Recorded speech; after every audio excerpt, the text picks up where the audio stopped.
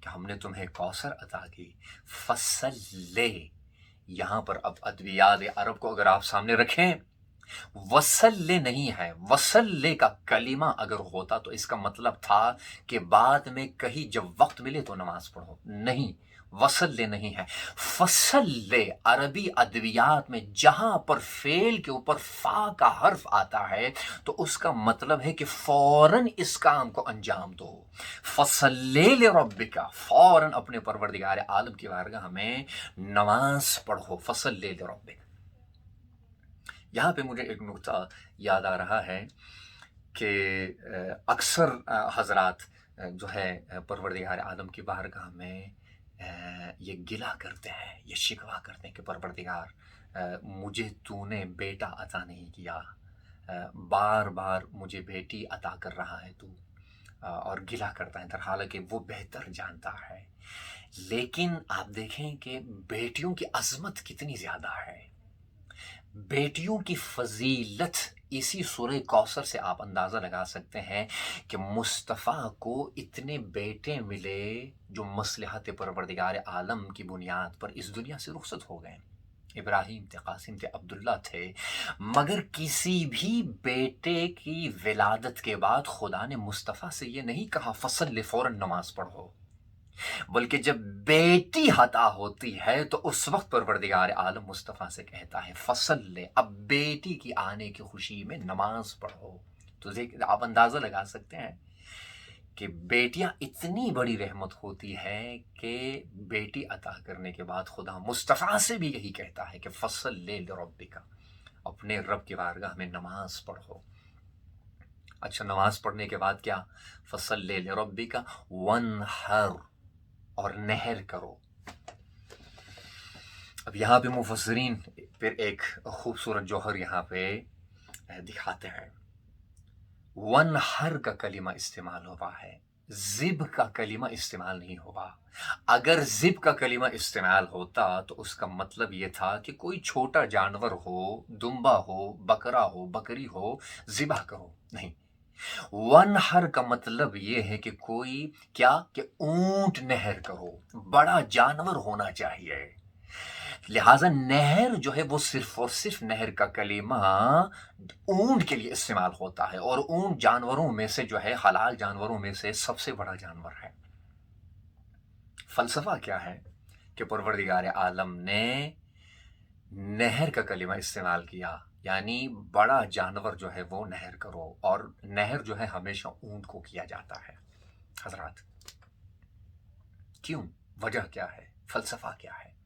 اس لیے پروردگار عالم نے نہر کرنے کے لیے کہا کہ اونٹ سب سے بڑا جانور ہے۔ اگر ہدیہ تحفہ اتنا بڑا ہے تو پھر تحفہ اگر اتنا بڑا ہے، خاص توجہات کا تعلیم رہوں گا، اگر تحفہ اتنا بڑا مل رہا ہے پروردگار عالم کی طرف سے تو جانور بھی جو ہے وہ بڑا ہونا چاہیے۔ اسی لیے کہا فصل لربک وانحر ان شانئک هو الابتر، اور جو اے مصطفیٰ آپ کو ابتر کہہ رہے تھے، خود ان کی نسل قطع ہو جائے گی، اور ان کی نسل قطع ہو چکی ہے۔ اور الحمدللہ 1400 سال گزرنے کے بعد 1400 سال گزرنے کے بعد ایک وجود مبارک حضرت زہرا سلام اللہ علیہا سے جو ہے سلسلہ سادات چل رہا ہے، اور یہ سلسلہ تا قیامت چلے گا۔ ایک شمع جلی تھی کہ جس کی روشنی 1400 سال سے جو ہے پوری دنیا کو منور کر رہی ہے، اور وہ وجود مبارک حضرت زہرا سلام اللہ علیہا ہے۔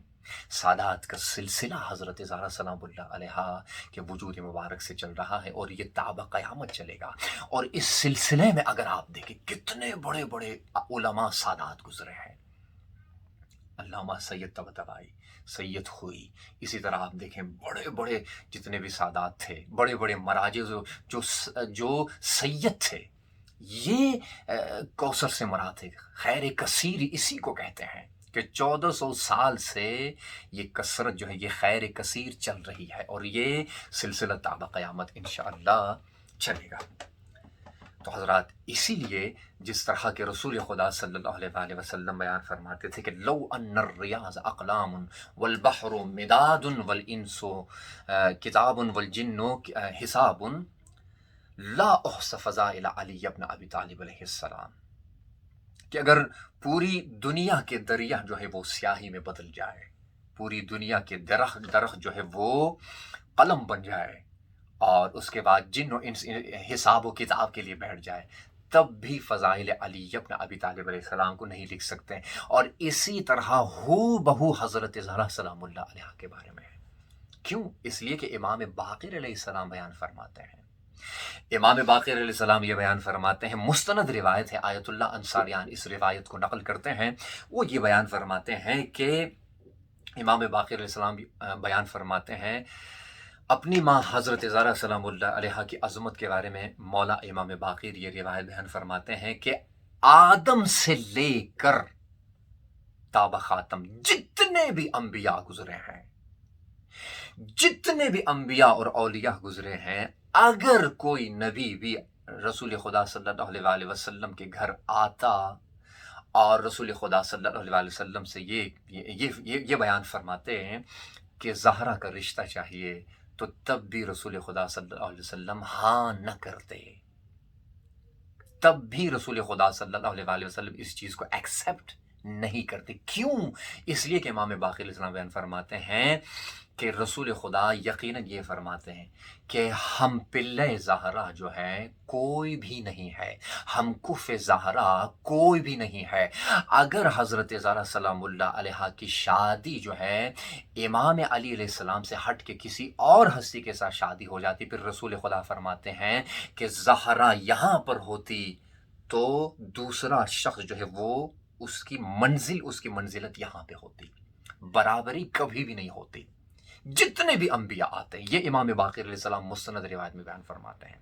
لیکن جب مولا علی ابن ابی طالب علیہ السلام حضرت زہرا سلام اللہ علیہ کا رشتہ لینے کے لیے رسول خدا صلی اللہ علیہ وسلم کی خدمت میں حاضر ہوتے ہیں، جیسے ہی کہا کہ میں کس کام کے لیے آیا ہوں، فوراً رسول خدا صلی اللہ علیہ وسلم کے چہرے مبارک پر مسکان آ جاتی ہے، مسکراہٹ آ جاتی ہے۔ فرماتے ہیں کہ یا علی، تمہارا اور زہرا کا رشتہ خود رب نے عرش اعلیٰ میں عقد پڑھا ہے، یہ بیان فرماتے ہیں۔ کیوں؟ اس لیے کہ علی ہم کف زہرا ہے، زہرا ہم کف علی ہے۔ اسی لیے اگر مولا علی علیہ السلام کے بارے میں رسول خدا بیان فرماتے لو ان الریاض اقلام والبحر مداد والجن حساب والانس کتاب، کہ یہ روایت، یہ حدیث ہو بہو حضرت زہرا سلام اللہ علیہ کے بارے میں بھی فٹ آتی ہے، کہ جس طرح علی کی فضیلتوں کو کائنات کا ذرہ ذرہ جو ہے وہ علی کے فضائل کو نہیں لکھ سکتے ہیں، تو اسی طرح حضرت زہرا سلام اللہ علیہ کے فضائل کو بھی کائنات کا ذرہ ذرہ نہیں لکھ سکتا ہے۔ زہرا کی حقیقت کیا ہے؟ کل کی مجلس میں آپ کی خدمت میں عرض کر رہا تھا، امام باقر علیہ السلام بیان فرماتے ہیں کہ وما ادراک ما لیلۃ القدر وما ادراک ما فاطمہ، تمہیں کیا پتا کہ فاطمہ کیا ہے، جس طرح کہ تمہیں نہیں پتا کہ شب قدر کیا ہے۔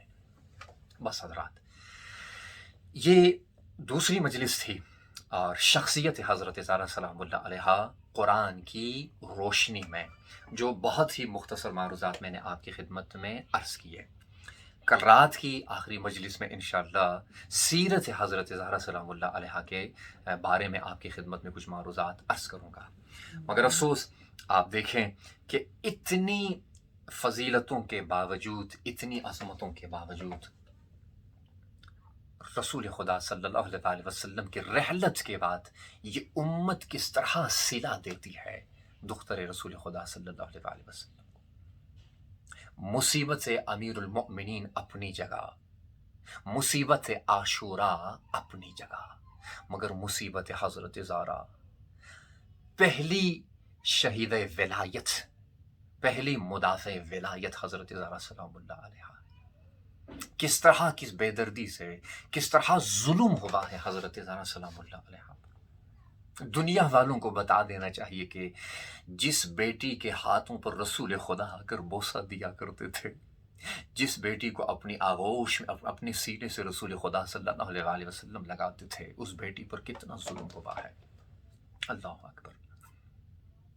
کل رات کے مسائل میں نے عرض کیا تھا آپ کی خدمت میں، دروازے کو آگ لگائی گئی، 70 سے 80 بندے گھر کے اندر داخل ہوئے، علی مظلوم کو رسیوں میں باندھ کر لے کے جانے لگے، حضرت زہرا سلام اللہ علیہا کی پسلیاں ٹوٹ گئی۔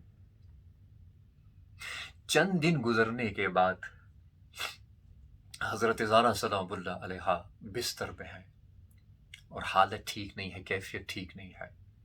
ابن عباس تشریف لے کے آتے ہیں، ابن عباس تشریف لے کے آتے ہیں مولا علی بن ابی طالب علیہ السلام کے حضور کہ کیا اجازت ہے، میں زہرا کی عیادت کے لیے آیا ہوں۔ مولا علی بن ابی طالب علیہ السلام زہرا سلام اللہ علیہا کی خدمت میں آتے ہیں، اے دختر رسول، ابن عباس آئے ہیں، چچا عباس آئے ہیں اور آپ کی عیادت کرنے کے لیے تشریف لے کے آئے ہیں۔ عجیب عیادت تھی، حضرت زہرا سلام اللہ علیہا پسلیوں کے درد کی وجہ سے بستر پہ لیٹی ہوئی تھی، بس جیسے ہی یہی سننا تھا کہ ابن عباس آئے ہیں تو فوراً جو ہے مولا علی بن ابی طالب علیہ السلام سے رو کر فرماتی ہیں بی بی کہ مجھے کوئی سہارا دے، اچھا نہیں لگے گا، یہ اچھی بات نہیں ہے کہ وہ عیادت کے لیے آئے اور میں اسی طرح لیٹی رہوں۔ بہرحال سہارا دے کر حضرت زہرا کو دیوار پر بٹھا دیتے ہیں مولا۔ ابن عباس عجیب جملہ فرماتے ہیں کہ جب میں عیادت کے لیے گیا اور میری پہلی نظر جب زہرا کے چہرے پہ پڑی تو مجھے اندازہ نہیں ہوا کہ زہرا کے ماتھے پر، پیشانی پر جو رومال باندھا تھا، اس رومال کا رنگ زرد تھا، لیکن اس رنگ زرد سے جو ہے زیادہ جو ہے حضرت زہرا سلام اللہ علیہ کا چہرہ مبارک پیلا ہو گیا، زرد ہو گیا تھا۔ یہ ابن عباس کہتا ہے یہ میں دیکھ نہیں سکا، وہیں سے واپس نکلا ہوں۔ فرماتے ہیں کہ روایت میں ہے کہ حضرت زہرا سلام اللہ علیہ اتنی کمزور ہو گئی تھی درد کی وجہ سے، تکلیفوں کی وجہ سے، اس قدر تکلیفوں کی وجہ سے کہ روایات میں ہے کہ راحلت الجسم منہدت الرخ باقیت العین، بی بی بہت کمزور ہو گئی تھی۔ مدینہ کی عورتیں جب عیادت کے لیے آتی ہے اجازت مانگتے لیکن بی بی اجازت نہیں دیتی کہ جس وقت علی مظلوم کے حق میں تمہارے دروازے پر آتی تھی تو میں سے کسی نے ساتھ نہیں دیا، اب کس لیے یہاں پر تشریف لے کے آئی ہو۔ بہرحال عورتیں آتی تھی عیادت کرنے کے لیے اور حضرت زہرا سلام اللہ علیہا کے پاس عورتیں تھیں۔ بی بی زہرا سلام اللہ علیہا رو کر فرماتی ہے بی بی کہ مجھے کوئی ہے سہارا دے، میں بابا کی قبر پہ جانا چاہتی ہوں۔ مسجد رسول میں صرف ایک در تھا، وہ در زہرا تھا، اور در زہرا کا فاصلہ قبر رسول سے روایات میں ہے، اساتید بیان فرماتے ہیں 35 قدم سے زیادہ فاصلہ نہیں تھا۔ لیکن جب حضرت زہرا سلام اللہ علیہا کو دونوں بازوؤں سے اٹھا کر سہارا دے کر جب قبر رسول کی طرف نکلتے ہیں تو چند قدم کے بعد حضرت زہرا سلام اللہ علیہا زمین پر بیٹھ جاتی ہے۔ یا زہرا یا زہرا، چند قدم چلنے کے بعد حضرت زہرا زمین پر بیٹھ جاتی ہے۔ کیوں؟ اس لیے کہ جسم میں طاقت نہیں تھی، کیوں؟ اس لیے کہ جسم میں قوت ختم ہو چکی تھی۔ زہرا کوئی 50 60 یا 70 سال کی خاتون نہیں تھی، 18 سال کی عمر میں زہرا کی طاقت ختم ہو گئی تھی، 18 سال کی عمر میں زہرا کی قوت ختم ہو گئی تھی۔ چند قدم اٹھانے کے بعد دونوں بازوؤں سے اٹھا کر سہارا دے رہی ہے عورتیں، مگر چند قدم اٹھانے کے بعد حضرت زہرا زمین پر بیٹھ جاتی ہے۔ بڑی مشکلوں سے قبر رسول تک 35 قدم کا فاصلہ تھا، بی بی زہرا سلام اللہ علیہ 35 قدم کا فاصلہ کس طرح کرب کے ساتھ جو ہے وہ فاصلہ طے کرتی ہے، قبر رسول پر آ کر اپنے آپ کو گرا دیتی ہے، رو رو کر کہتی ہے بابا بابا آپ کے بعد اس امت نے وفا نہیں کی، میں ایک جملہ کہوں گا، السلام علیک یا زہرا، اے بی بی یا زہرا، جب آپ اپنے گھر سے بابا کی قبر کی زیارت کے لیے جانا چاہتی تھی تو آپ کو سہارا ملتا ہے، دونوں طرف سے مدینے کی خواتین آپ کو سہارا دیتی ہیں قبر رسول تک جانے کے لیے، مگر بی بی کربلا کربلا 70 قدم دور زینب کھڑی تھی، شبر ملعون حسین کے سینے پہ سوار تھا، جب سر حسین تن سے جدا ہوا شہزادی زینب قتل گاہ کی طرف جانے لگتی ہے، مگر کوئی نہیں جو زینب کو سہارا دے، ایک 4 سالہ بچی کو کوئی سینے سے لگا کے تسلی دے، یا زہرا بی بی تیری مظلومیت پہ فدا، مصیبت زہرا اتنی سخت ہے،